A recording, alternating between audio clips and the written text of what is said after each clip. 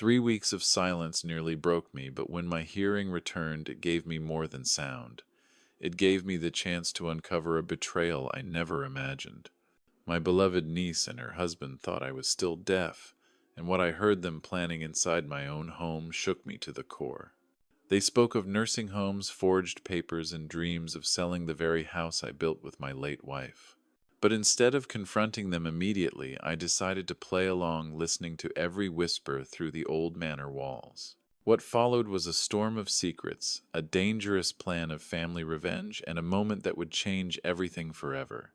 Before we begin, please like this video, subscribe to the channel, and share your thoughts in the comments. Now let me take you back to the day the silence ended and the truth began. The first thing I remember was the rhythm, a steady pulse rising and falling like the distant thrum of waves against a wooden hull. For 3 weeks my world had been trapped in suffocating silence. No footsteps, no voices, no rustle of wind through the cracked window panes of my seaside room. Just endless pressing stillness, the kind of silence that does not comfort but crushes. I had thought I might live the rest of my days in that prison of quiet, watching lips move and gestures form, nodding politely while pretending to understand. But then, as if gifted by the sea herself, the sound returned. The beeping of the harbor clinic's monitor came first. Faint at first, like a bell ringing underwater, then sharp and clear, a song I thought I would never hear again. It was not music, not in the way a violin or a piano plays, but in that moment it was the most beautiful melody in existence. My chest rose and fell in time with the machine, and I pressed a trembling palm against my ribs just to feel the vibration. "Elias, can you hear me?" The doctor's voice reached me like a miracle. His lips moved, yes, but behind the movement came sound rich and textured, each syllable a gift. I nodded, slowly, afraid that if I tried to answer, the spell would shatter. Dr. Caldwell smiled in relief, his pen scratching across a notepad with a sound that made my eyes sting. How easily we take the world for granted until it vanishes. 3 weeks ago, I would never have noticed something so small as the drag of ink on paper. Now it filled me with awe. "The inflammation has subsided," he explained gently. "Your hearing has returned to normal levels across all ranges. It may take time for your brain to adjust again, but you should recover fully." I whispered, my voice hoarse but whole. "It is all back." Then louder, marveling at the echo of my own voice. Everything, every sound around me seemed magnified in wonder. The creak of the clinic's old wooden floorboards, the rustle of a curtain shifting as the sea breeze pushed in. Even the distant cry of gulls outside the window seemed like a choir announcing my return to the living world. As Dr. Caldwell continued with his instructions, I could hardly listen. My mind was already sailing ahead, imagining the look on Marina's face when she heard me speak again. My niece had been staying in my coastal manor since the accident, caring for me with what I thought was selfless devotion. She had moved her things into the guest room, cooked my meals, and written notes in her careful handwriting to make sure I felt safe and understood. She had given me comfort during my silent days. Or so I believed then. I left the clinic with papers in hand, the instructions barely read. My boots struck the cobblestones outside each impact, a reminder of what I had regained. Even the old hinges of the clinic door gave a satisfying groan, as though greeting me back into the world. My car sat waiting by the pier, an aging truck with more rust than paint, but when the engine roared to life, it was as though an orchestra had taken its place under the hood. The drive back to the manor stretched along the cliffs, a familiar route I had traveled countless times before, but that day every turn felt new. Tires hummed against the uneven road, wind pressed against the windows with a low whistle, and in the distance waves crashed against jagged rocks. The world was noisy, yes, but alive, and for the first time in weeks I felt alive with it. As the manor came into view, perched on its rocky rise above the bay, my heart tightened with both joy and nervousness. It was a sprawling house of gray stone and white trim built generations ago by my family, and I had kept it standing through storm and salt for more than 50 years. The shutters rattled in the wind, the weather vane creaked atop the roof, and the sea air carried the scent of salt and fish through every gap in the wood. It was not perfect, but it was home. Marina's car was already parked in the gravel. drive its tires dusted white from the coastal road. I imagined her inside, perhaps setting the table for supper or reading in the parlor where the light from the western windows poured golden across the floor. I pictured her eyes widening, her hands flying to her mouth as I called out her name for the first time in weeks. The surprise would be worth it. I stood at the gate for a long moment, breathing in the sound of gulls and the sighing sea. Should I call out to her as soon as I entered? Or should I walk into the kitchen and let my words fall naturally into the air as though the silence had never been? I decided on the latter. A quiet, simple reveal. A moment of shared joy. But fate had other plans. As I pushed open the heavy front door, a sound drifted toward me. Voices. Two of them carried from the dining room at the back of the house. At first I thought little of it. Perhaps Marina was speaking to Victor, her husband, who had joined her some days to help around the property. But as I paused in the hallway, the words sharpened into clarity, each one slicing deeper than the next. "That old relic is nothing but an anchor," Marina's voice said, colder than I had ever known it, "dragging us down with his stubbornness. Once we get him out, this house is ours." My hand froze on the doorframe. Anchor. Relic. Words meant for me. Victor's voice followed, casual and greedy. "The land alone is worth a fortune.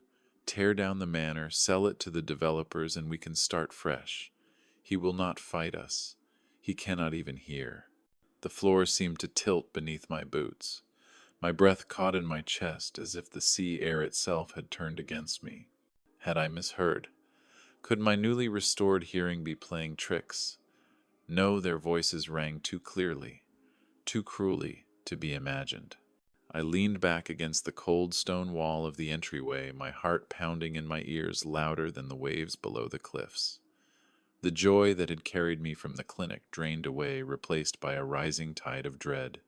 Marina, the girl I had raised as if she were my own daughter after her parents passed, was speaking of me as though I were already dead and gone. For a moment, I nearly walked into the dining room and revealed myself.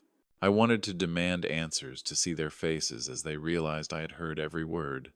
But instinct held me back. No, not yet. If they believed me deaf, if they believed me powerless, perhaps they would speak more. Perhaps I would learn the truth of their hearts. And so I remained in the shadows, silent, as the tide pulling back before a storm. I had returned home, expecting tears of joy, a warm embrace, and the sound of love restored. Instead, I found whispers sharp enough to cut flesh and bone. In that moment, standing in the cold hallway of my family's manor, I realized something terrifying. The silence that had once been my prison had now become my shield. And if I kept it long enough, I might uncover just how far Marina and Victor were willing to go. What I heard next would shatter everything I thought I knew about family. I stayed there in the hallway, barely breathing, my hand pressed flat against the cool plaster. The house that had always felt like a sanctuary now loomed around me like a trap. The carved beams above my head seemed to bend lower, listening with me, while the sea's distant roar only magnified the tension pressing in on my chest. I told myself I might have misheard. Perhaps Marina had meant something else. Perhaps I was letting fear twist her words into knives. But then her voice rose again, clear and sharp through the half-closed door, stripping away any illusion I might have clung to. "We need to move him soon," she said. "The longer he stays here, the harder it will be to convince anyone that he cannot manage on his own. The Gull's Rest has openings. Victor, if we act now, it will be easy." The Gull's Rest. The very name chilled me. I had passed that place once, a weather-beaten building clinging to the edge of the bay where shadows seemed to linger in the windows like unwanted guests. It was not a home. It was a waiting room for the forgotten. Victor's laugh rolled out low and careless. "I agree. The old man will not resist. He thinks we are his saviors. Once he is tucked away, the manor is ours. I can already picture the developer's offers." A chair scraped against the floor, followed by the clink of glass.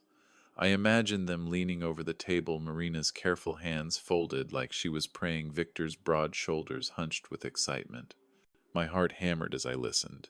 "We cannot just move him," Marina whispered, her words tinged with calculation. "We need proof, documents. If anyone questions it, they will ask why he cannot remain at home. Dr. Lynch still owes you for that loan, does he not? Get him to sign what we need. Papers saying Elias Ward is no longer capable. That will silence anyone who tries to interfere. The air seemed to leave my lungs. They were not just planning to put me away. They were planning to strip me of my dignity, my voice, my name. With a single forged signature, I would become nothing but a confused old man in the eyes of the law, incapable of managing the house I had held together for half a century. I pressed harder into the wall, fighting the urge to storm into the room and shatter their scheme with the truth. But no, not yet. If I revealed my hearing now, I would only force them to hide their intentions deeper. Better to let them believe I was still deaf, still stumbling in silence. Better to hear everything. I shifted carefully, moving along the hall toward the staircase that curled upward to the manor's second floor. The floorboards groaned in protest beneath my weight, but I knew their tricks. After all, I had walked these halls since childhood. There were paths across the boards that made no sound at all if your feet knew where to fall. Upstairs I found my place. The heating vents that carried warmth through the manor in winter also carried voices. As a boy, I had once hidden in the upper hallway listening to my father argue with traders below. Now, decades later, I pressed my ear to the same vent and heard the conspiracies of those I had called family. The voices filtered up clearly. Once the house is sold, we will finally have the start we deserve, Victor said. Developers pay more for land than for crumbling stone. They will tear it down and build luxury villas. That alone could bring $500,000. And we can use that money to start over. Marina added her voice, trembling with eagerness. A new house, new life, away from this drafty relic, away from him. Each word landed like a hammer against my ribs. The manor was no relic. It was the soul of my family, built plank by plank, stone by stone across generations. Every wall carried the laughter of dinners shared, every window had framed the ocean that sustained us. And now my own niece wanted it gutted, erased for profit. I crouched in silence, listening to them map out my erasure. They spoke of timelines of doctors willing to write false evaluations of neighbors who would not question Marina's sweet smile.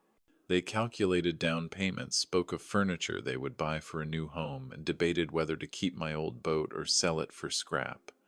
And through it all they laughed. Laughed at my supposed helplessness. Laughed at the image of me nodding and smiling while Marina scribbled notes I pretended to read. I thought back to those 3 weeks of silence when her careful handwriting had seemed like love. Now I knew it had been performance, every letter drawn, not from care but calculation. My legs trembled beneath me, but not from weakness, from rage. Still, I kept my place steady and quiet. There would be time to act. But first I needed to know everything.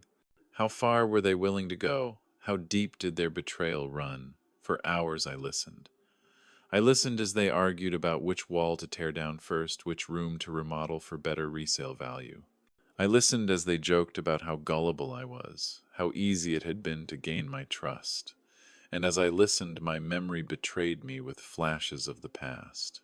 I saw Marina as a child standing on the dock with her arms outstretched, begging me to take her on one of my voyages. I had lifted her onto the deck, her laughter bright against the gulls. I saw her older, weeping at my kitchen table when debts had threatened to crush her, and me writing checks without hesitation, believing I was saving her. I saw her on her wedding day, radiant, promising me I would always have a place in her life. And now I saw her here, plotting to trade my life for money.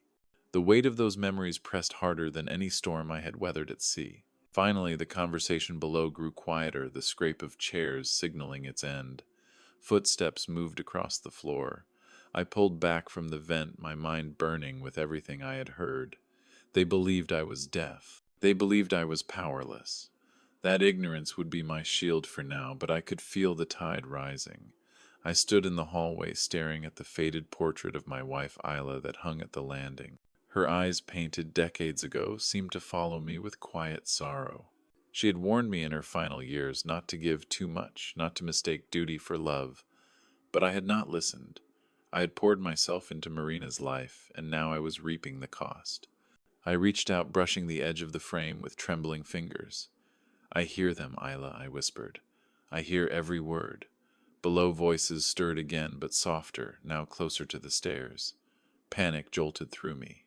If Marina climbed the steps, if she found me lingering here, the game would be over. I moved quickly back to my room, laying on the bed and closing my eyes, just as her footsteps creaked the stair. "Elias," she called loudly, as though speaking to a deaf man. "Are you awake? I brought you tea." I opened my eyes, slowly, feigning disorientation. She entered with a steaming cup, her smile bright, her voice dripping with sweetness. She set the cup on the nightstand beside Isla's old ring and patted my shoulder as if I were a helpless child. "You rest," she said softly. "Victor and I are taking care of everything." When she left, I stared at the cup until it grew cold. Taking care of everything. The words lingered in my mind like a curse. I lay there in the darkening room, the sound of the sea pressing against the windows, and understood the truth. They were not simply planning to take my home. They were planning to erase me, to write me out of existence with ink and lies. And as the gulls cried outside, and the tide rose against the rocks, I knew one thing with certainty. I would not let them. The silence that had once crushed me had become my weapon. As long as they believed I could not hear, I would learn their every move, every secret plan whispered through the walls. But what I discovered next was darker than I imagined, and it would force me to make a choice I could never take back. I sat on the edge of my bed long after Marina's footsteps faded down the stairs. The cold cup of tea remained untouched on the nightstand, its faint steam curling upward and vanishing into the dim air. My fingers tapped lightly against my knee in rhythm with the sea's distant roar, and my thoughts raced faster than any storm tide I had ever known. They believed me deaf. They believed me helpless. That illusion would become my armor. If I wore it long enough, if I played my part well enough, they would show me everything. The next morning I rose before dawn. The manor was quiet, the only sound the creak of the old beams settling in the chill air. I practiced in the mirror, my reflection pale, and weathered eyes shadowed from sleeplessness. I let my mouth hang slightly open as though uncertain. I moved slowly, exaggerating hesitation in my steps. When I whispered words, I shaped them without sound, lips forming questions no one could hear. Then I practiced confusion, the gentle nod of a man who had missed what was said. I hated myself for the performance. Every gesture felt like surrender. But I knew it was survival. When the sun finally broke the horizon, Marina tapped on my door and entered with a plate of eggs and toast. Her voice rang loud and clear, far louder than necessary, as if she were calling across a ship's deck. "Good morning, Uncle Elias. Did you sleep well?" I blinked at her and tilted my head. Slowly, I pointed to my ear, then gave a small shrug. Her expression softened instantly. Relief flickered in her eyes, and she set the plate on my lap with careful hands. "Oh, you poor thing," she said, lowering her voice to a stage whisper. "Still nothing, then." I smiled faintly and nodded, letting her believe I was grateful for her care.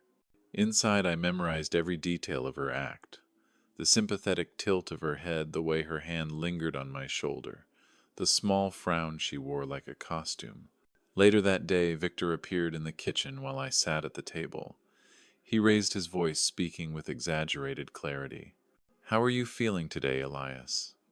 Holding up, I let my gaze drift toward him unfocused, as though I had not fully understood. Then I lifted a fork, pointed to the eggs, and smiled weakly. Marina reached for her notepad, scribbling quickly before sliding the paper across to me. "Victor asked how you are doing." I picked up the pen, my hand trembling as though unsteady, and wrote slowly. "Tired, but better with your help." Her face lit with false warmth. "You see, Victor," she said cheerfully, "he knows we are taking good care of him." Victor leaned forward, his grin wide, but his eyes cold. "Of course we are. You are family, Elias. You can trust us." I forced a grateful nod, though the words tasted like ash in my mind. For the next several days I wore the mask faithfully. I stumbled slightly when I walked shuffled papers without understanding and leaned close whenever they pretended to explain something with their voices. When Marina slid notes toward me, I let relief flood my expression as though her handwriting was my lifeline. When Victor spoke loudly, I nodded, pretending to follow, even when he said nothing of consequence. But behind the performance I watched Marina's eyes narrow when she thought I was not looking, calculating and cold. I watched Victor's shoulders tense each time he mentioned the manor's value his greed barely contained. I watched them sit together at the dining table, after supper whispering plans they believed I could not hear, only to laugh when I shuffled away with feigned confusion. Through the heating vents at night, I learned the depths of their plotting. "We need to make him look incapable," Marina said one evening. "If he misplaces something, we note it. If he forgets, we record it. If he stumbles, we exaggerate it. We build the case piece by piece."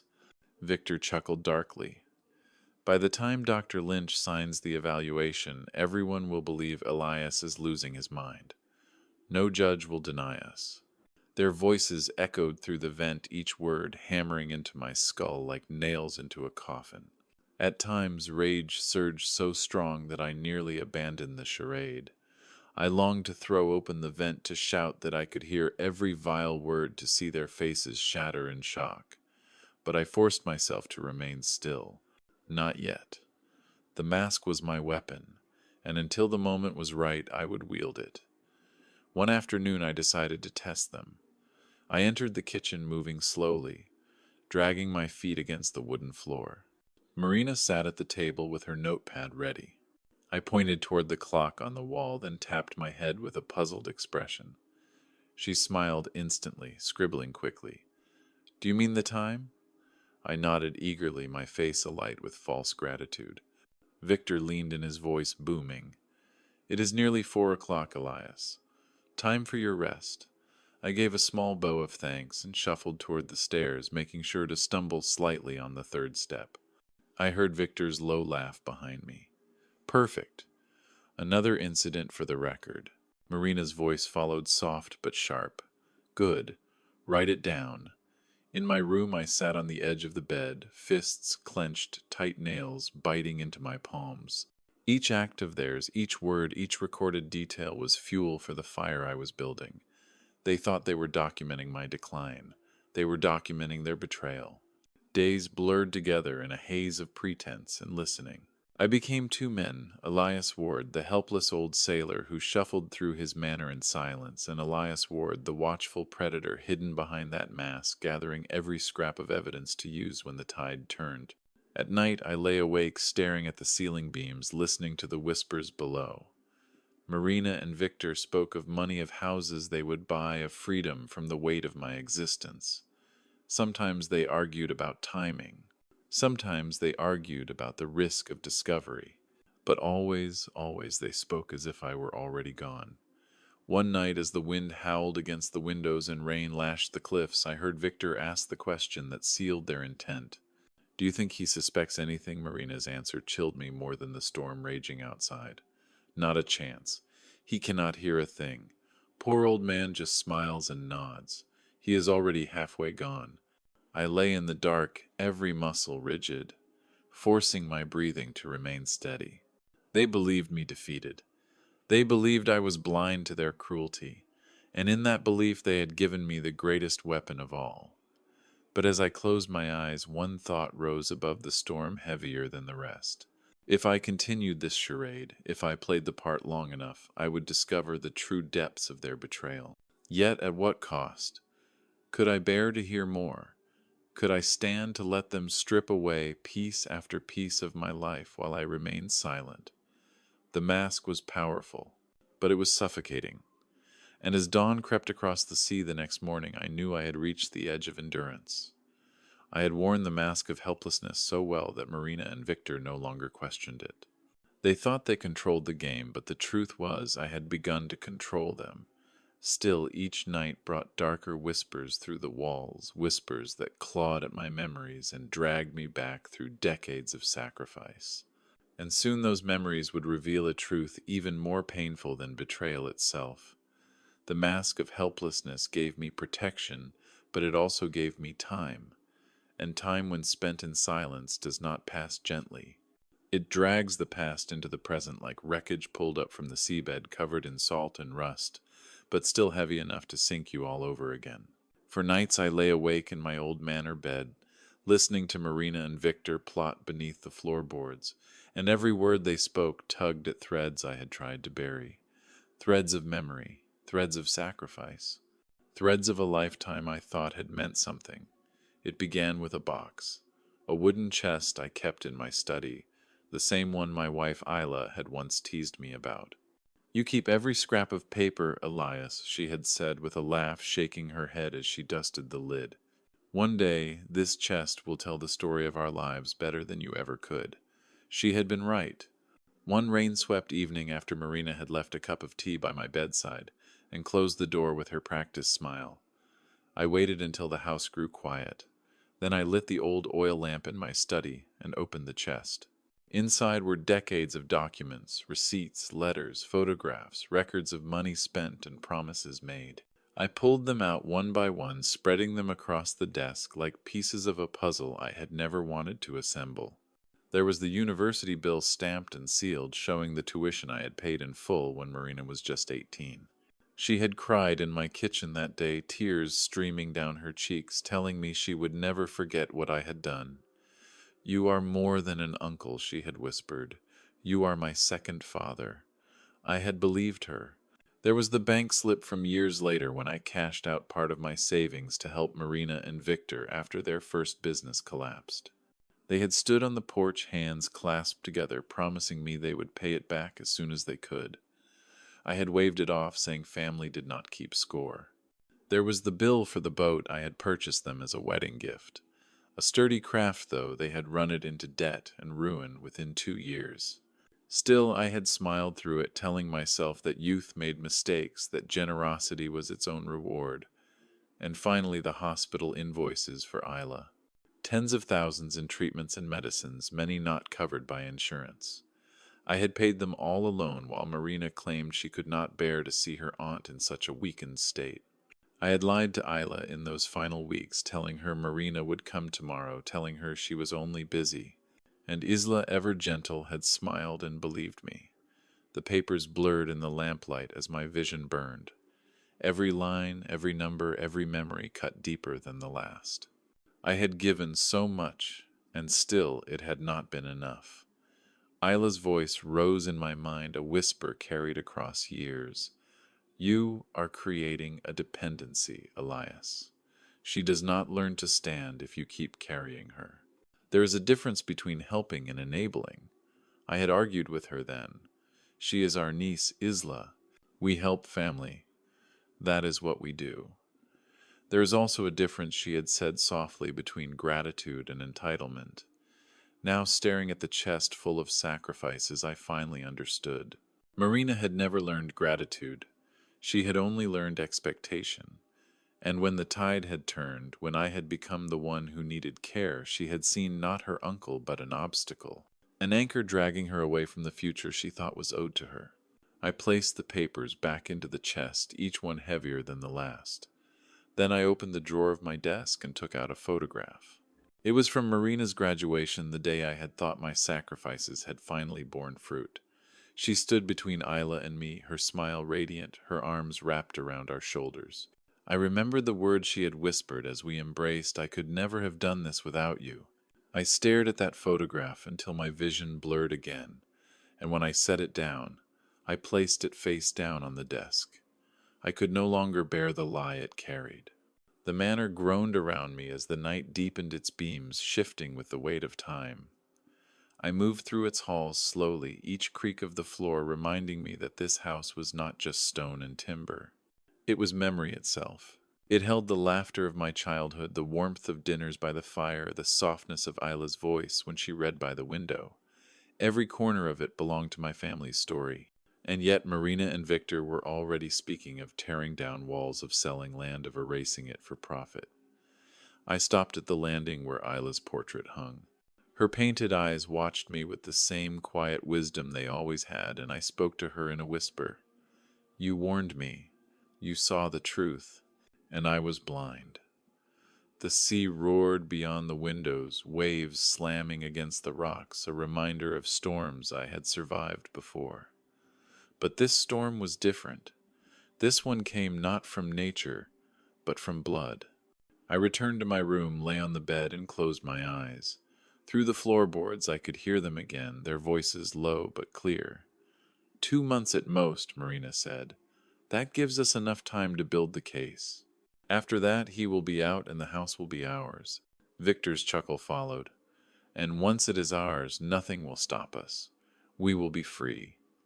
The words echoed in my mind long after they fell silent. Free. They spoke of freedom, but what they meant was my erasure. Sleep came only in fragments that night, dreams tangled with memory and fear. In one dream, I saw Isla at the window, her face turned toward the sea, whispering words I could not quite hear. In another, I saw Marina as a child again, laughing on the dock, only for the laughter to twist into cruel words, her voice calling me an anchor. When dawn broke pale and cold, I rose with a clarity I had not felt since the accident. Shadows of the past had shown me the truth. I had been generous, yes, too generous. And generosity, when poured into the wrong hands, does not build loyalty. It builds hunger. Marina and Victor were not going to stop. They would not be satisfied with whispers and forged papers. They would not be satisfied until the manor was theirs and I was gone. As I looked out across the restless sea that morning, I knew I could no longer cling to memory alone. Memory explained the betrayal, but it did not protect me from it. For that I would need something stronger. I would need a plan. The shadows of the past had revealed what my sacrifices had truly bought me, betrayal dressed as love. But shadows alone could not fight the storm that was coming. If I wanted to survive, I would need to step out of memory and into action. And that was the moment the idea of a counterplot began to take shape. By the time the pale morning sun spilled across the cliffs, I had already made my decision. I had lived too many years guiding vessels through storms to mistake hesitation for wisdom. The sea had taught me long ago that when a storm rises, you cannot simply cling to the mast and pray. You must take the wheel, steer hard, and make the sea itself bend to your will. The manor had been filled with whispers and shadows for too long. Now it was time for strategy. I dressed slowly, letting my hands tremble as though weakened, then shuffled down to the kitchen where Marina was humming as she prepared breakfast. She looked up, her face painted with that same mask of concern she had worn every day since my accident. "Good morning, Uncle," she said brightly, though her eyes flickered with calculation. "Hungry," I nodded, forcing a frail smile, and tapped my ear as if to remind her of my supposed deafness. She scribbled quickly on her notepad, "Toast and eggs today." "Would you like tea?" I gave a small nod, and sat my hands folded in my lap like a child awaiting instructions. She moved around me, efficient and cheerful, every gesture carefully rehearsed. To anyone else, she might have looked like the perfect caretaker. To me, she looked like a viper coiled around its prey. As she placed the plate in front of me, I studied her with a calm so deep it felt like the eye of a storm. She believed she was in control. She believed her act had fooled me completely. That belief would become her undoing. After breakfast, I excused myself with a weary smile, then shuffled back upstairs to my study. When I was sure the house was quiet, I pulled out a leather-bound notebook from the desk drawer. It was the same notebook I had once used to chart courses across treacherous waters. Now it would chart a different kind of voyage. At the top of the first page, I wrote 3 words in steady, deliberate strokes: protect, preserve, prevail. These were not just notes. This was a battle plan. The first step was clear. I needed an ally. Someone outside these walls who could move quickly, quietly, and with authority. My mind turned instantly to Harper Quinn, an old friend who had once helped me navigate the legal reefs after Isla's passing. Harper had a sharp mind, a sharper tongue, and enough loyalty to me that I knew he would not question the urgency. But I could not simply call him, not with Marina and Victor listening for every sound. I still had my old sailor's instinct for timing, and I would need to use it. They often went into town for errands late in the morning, leaving me alone. That would be my chance. The second step was protection. Marina and Victor believed they were building a case to prove me incompetent. They thought their forged evaluations and staged incidents would leave me defenseless. But they had forgotten something. Every word they spoke, every scheme they whispered had been heard, and I had more than memory. The house itself was my witness. Its vents carried their voices. Its halls preserved their plotting. If I could gather their words and bring them to Harper, I would have more than enough to sink them. The third step was preservation. The manor was not simply property. It was legacy. It was the soul of my family, the last anchor of Isla's presence. I would not allow it to be sold, gutted, or erased. I would tie it so tightly to my will that even the most determined thief could not pry it free. I wrote these steps carefully, then tucked the notebook back into the desk. As I closed the drawer, my hand brushed against a small weathered object tucked in the corner, Isla's compass. The brass was tarnished, but when I opened it, the needle quivered and settled toward north, steady as ever. I held it for a long moment, letting its weight remind me who I was. I was not a helpless old man. I was a captain who had weathered storms more merciless than Marina and Victor could ever imagine. The opportunity came sooner than expected. Late that morning, I overheard Marina calling from the foyer. "Victor, are you ready? We should go now if we want to catch the shop before it closes." "Give me a minute," he called back. "I need to grab the list." Their footsteps echoed, the door opened, and soon the gravel crunch of their car faded down the coastal road. I waited 5 full minutes, counting the slow ticks of the clock on the wall before rising from my chair. My legs moved with the strength I had hidden for days as I crossed the room and lifted the receiver of the old telephone. My hands did not tremble now. They were steady as the wheel of a ship in a storm. Harper answered on the second ring, his voice clipped but warm. "Quinn Law Office. Harper. It's Elias." There was a pause. "Elias, my God, I thought Marina told me you were struggling." "Hearing trouble." "Memory lapses." I let out a bitter laugh. "That is what she wants the world to believe. But I can hear you perfectly, and my memory is sharp enough to know when I am being betrayed." "Elias," he said, his tone shifting instantly to serious, "tell me what has happened." I told him everything. The accident, the weeks of silence, the moment my hearing returned, and the whispers that had followed. I told him about Marina and Victor's plan to put me in the Gull's Rest, about the forged documents, about their dreams of selling the manor for profit. Harper listened without interruption, though I could hear his pen scratching furiously across paper. When I finished, the line was silent for a moment. Then he said, "We need to move quickly. First, we will change your will. Everything goes to someone you can trust." Who will it be? I thought instantly of Rowan, my godson, who had left for distant shores but never betrayed me, never asked for more than I could give. He had written letters, faithfully sent photographs of his work, and spoken always with respect. "Rowan," I said firmly. "Everything to him." "Done," Harper replied. "Come to my office this afternoon." "We will make it official." "I will," I said, glancing toward the window where the sea crashed against the rocks. "But Harper, I cannot come openly. They must believe I am still powerless." "Then come quietly," he said. "Leave the envelope on your desk. And Elias, do not confront them yet. Not until the papers are signed." When I hung up the phone, a calm settled over me. The first step was complete. The counterplot was in motion. I spent the next hour gathering documents, photographs, and records from the chest in my study. I chose carefully, selecting the papers that showed my sacrifices, the receipts that proved my generosity, the notes that revealed Marina's dependency.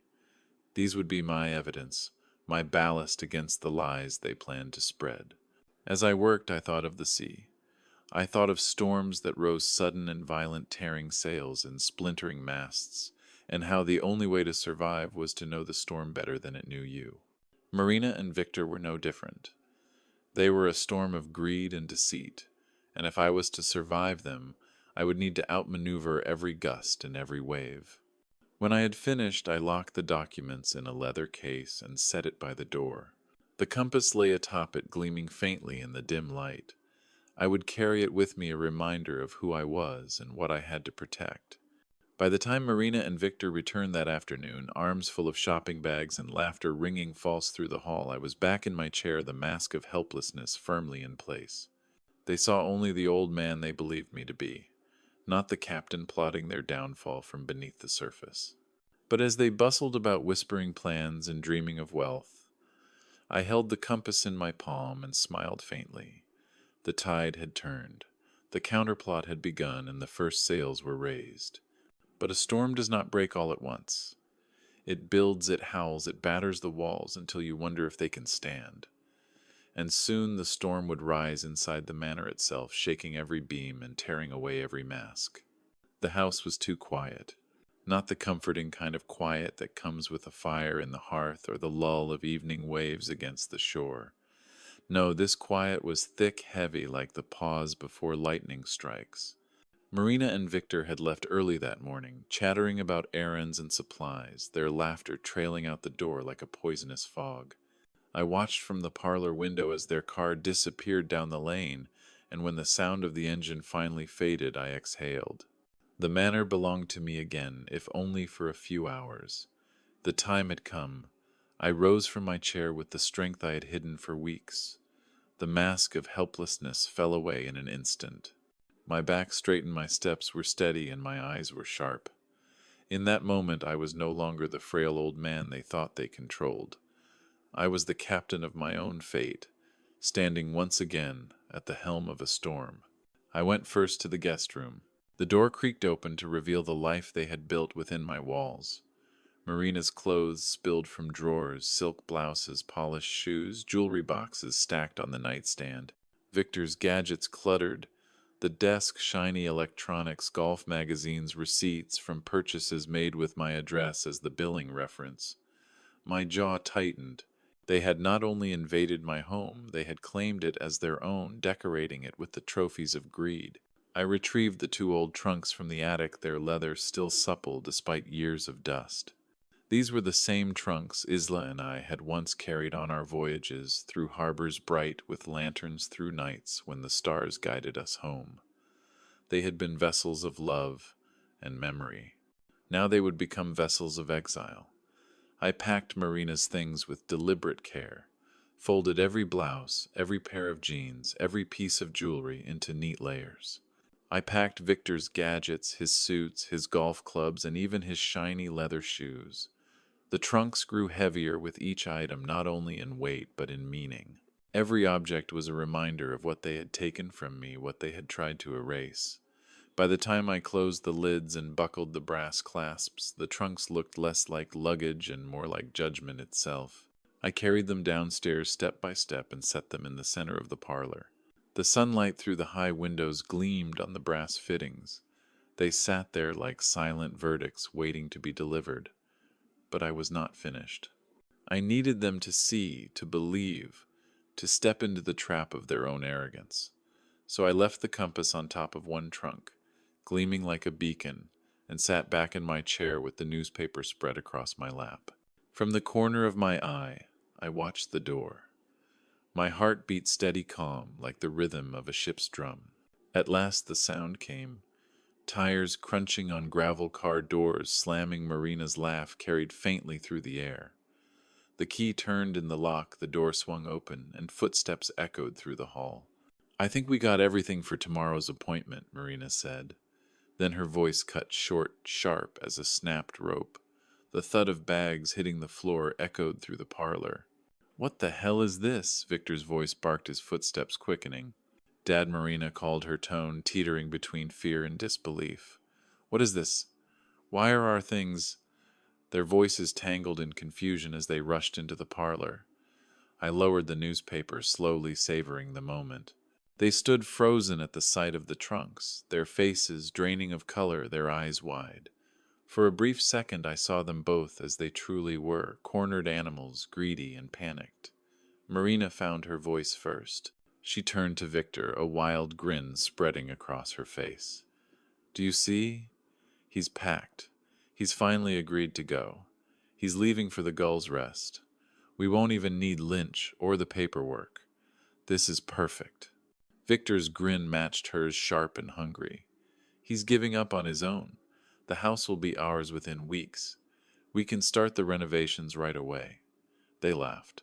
Laughed at what they thought was my surrender, my defeat. I folded the newspaper, set it aside, and rose to my feet. My voice was calm, steady, and sharp as a blade. No, my dear, you are the ones leaving this house. Silence fell like a thunderclap. Marina's face drained white, her grin collapsing into horror. Uncle, you can hear me. Victor stumbled back a step, eyes narrowing. How long, he demanded. How long have you been able to? Since the day I returned from the clinic, I said, my gaze fixed on them both. Every whisper, every plan, every word you spoke, thinking I was too broken to understand. I heard it all. Marina's hands flew to her mouth. Victor's jaw clenched, fury flashing behind his eyes. You called me an anchor. I continued, my voice rising. A relic, a burden. You plotted to lock me away in that wretched place, to steal my home, to sell the walls where your aunt once lived and died. You thought I would never know. But I knew, and now so do you. Marina's tears came suddenly spilling down her cheeks. She dropped to her knees beside me, clutching at my arm. Uncle Elias, please, it isn't what you think. We were just scared. We thought you needed more care than we could give. I only wanted to do what was best for you. I shook her hands free with a steady motion. Do not lie to me now. I heard you celebrate at the thought of me gone. I heard you count the money you would make. Do you call that care? Do you call that love? Victor's anger snapped. He stepped forward, fists clenched. You cannot just throw us out. We have nowhere to go. We gave up our apartment for you. You gave it up because you could not afford it, I said coldly, and you thought my roof would shelter your greed forever. But no longer. You will take those trunks and leave. Today. Marina's sobs grew louder, but even through the tears her eyes glimmered with calculation. Please, uncle, she begged. I am your family. I am your blood. You cannot mean this. I can, I said, my voice steel. Because family does not betray. Family does not conspire to erase you. Whatever you are, Marina, you are no longer family to me. Victor sneered. We'll contest your will. We'll say you're senile, that you've lost your mind. No judge will believe a word you say. I leaned closer, my eyes locked on his. Then let them try. Because every whisper, every plan you spoke in this house has already been accounted for. And if you think you can silence the truth, you underestimate me still. The bluff landed. I saw it in their eyes, the flicker of fear, the crack in their confidence. They had spent weeks underestimating me, and now they realized too late that the tide had turned. Marina rose shakily, wiping her tears. You'll regret this, she whispered, venom beneath her trembling voice. No, I said, pointing to the trunks. You will. They packed in silence, their movements sharp and angry. Every slam of a drawer, every rustle of clothing was a wound they inflicted on themselves. When they dragged the trunks toward the door, their shoulders stooped beneath the weight. I followed slowly, each step a reminder of whose house this truly was. At the threshold, Marina turned one last time, her eyes wet but hard. You'll be alone, uncle, completely alone. And when you are, don't expect us to come back. I have been alone since the day your aunt died, I replied calmly. But now at least I will not have to pretend otherwise. The door slammed shut behind them, and the sound echoed through the manor like a final bell at sea. I stood in the parlor, the silence wrapping around me once again. But this was not the silence of deafness. It was not the silence of deceit. It was the silence of freedom. And yet, even as the peace settled, I knew the storm was not truly over. Marina and Victor were gone, yes, but their greed would not vanish so easily. They would strike again if given the chance. The question was not if, but when. I had cast them out, forced them to face the weight of their betrayal. But storms rarely die with a single wave. They gather strength in the distance, waiting for the next chance to strike. And as I sat alone in the quiet manor, I wondered how long before Marina and Victor returned, and what final storm they would bring with them. The slam of the door echoed through the manor like the crack of a gunshot, final and absolute.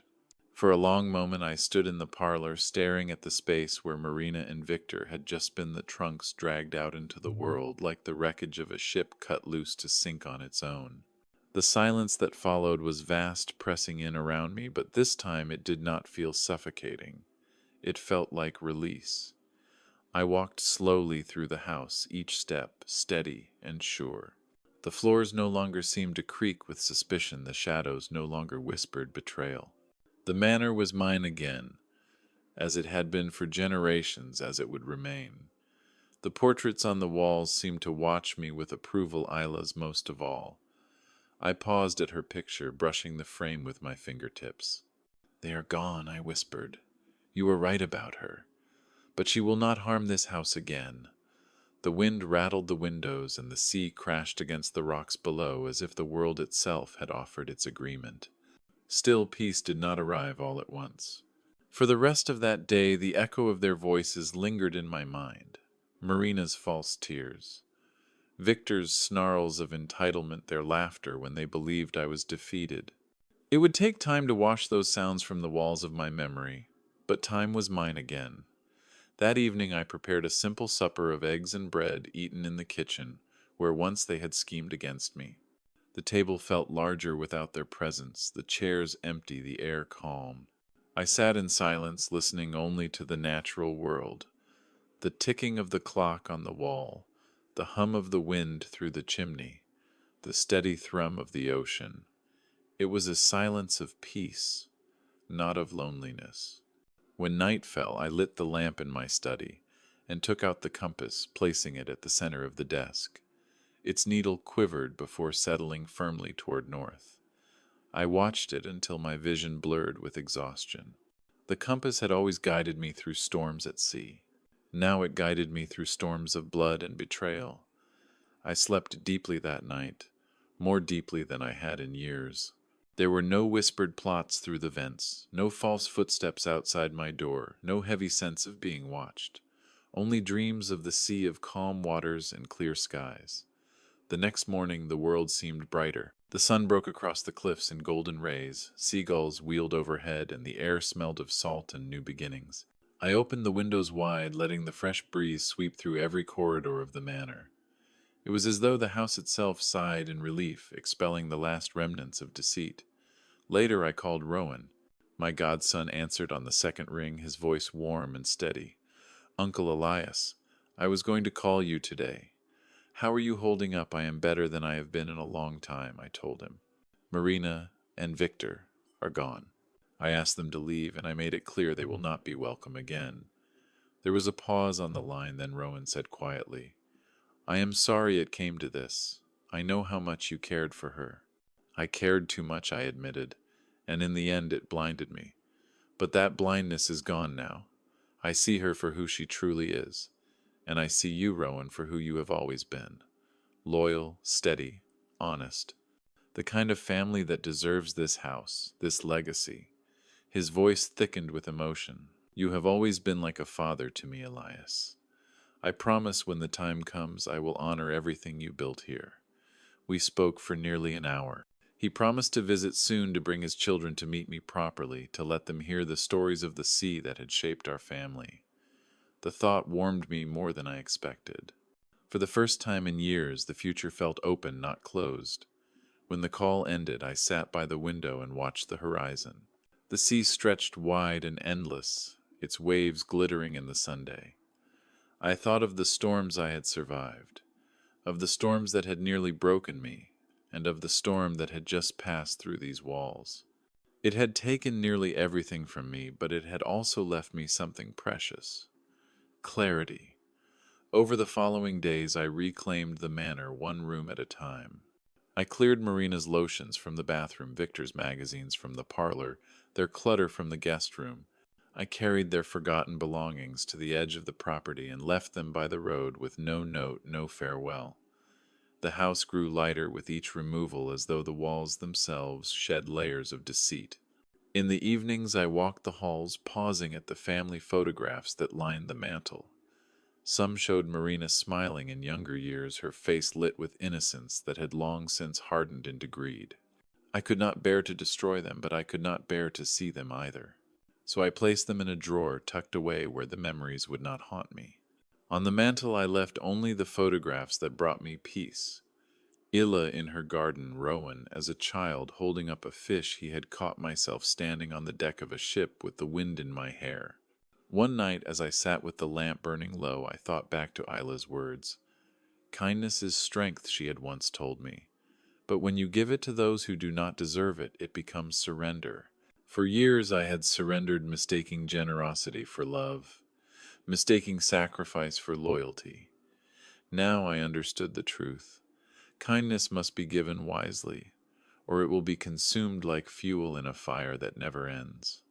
The days passed, and with each one the silence of the manor grew gentler, softer. I no longer feared it. I embraced it. This was not the silence of deafness, nor the silence of betrayal.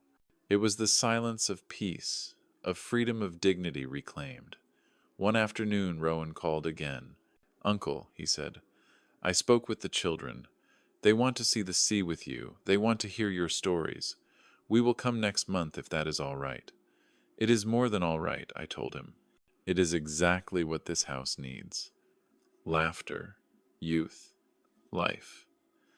After we hung up, I stood by the window as the sun sank into the horizon, the sky ablaze with orange and crimson.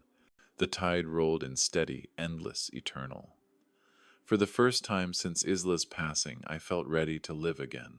I poured myself a cup of tea, carried it to the parlor, and sat in my chair with the compass resting on the table beside me.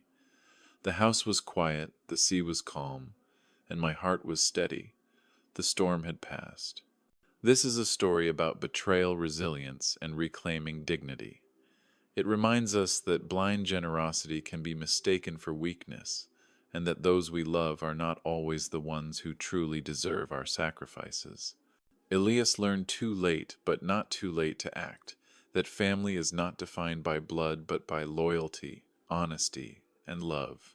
In the end, he discovered that freedom comes not from surrendering to those who exploit us, but from standing firm, reclaiming our strength, and refusing to let betrayal define us. If this story moved you, please take a moment to like this video, share it with your friends, and leave your thoughts in the comments. Do not forget to subscribe to the channel for more stories of mystery, betrayal, and resilience. Your support helps us bring you more tales that will keep you thinking long after they end.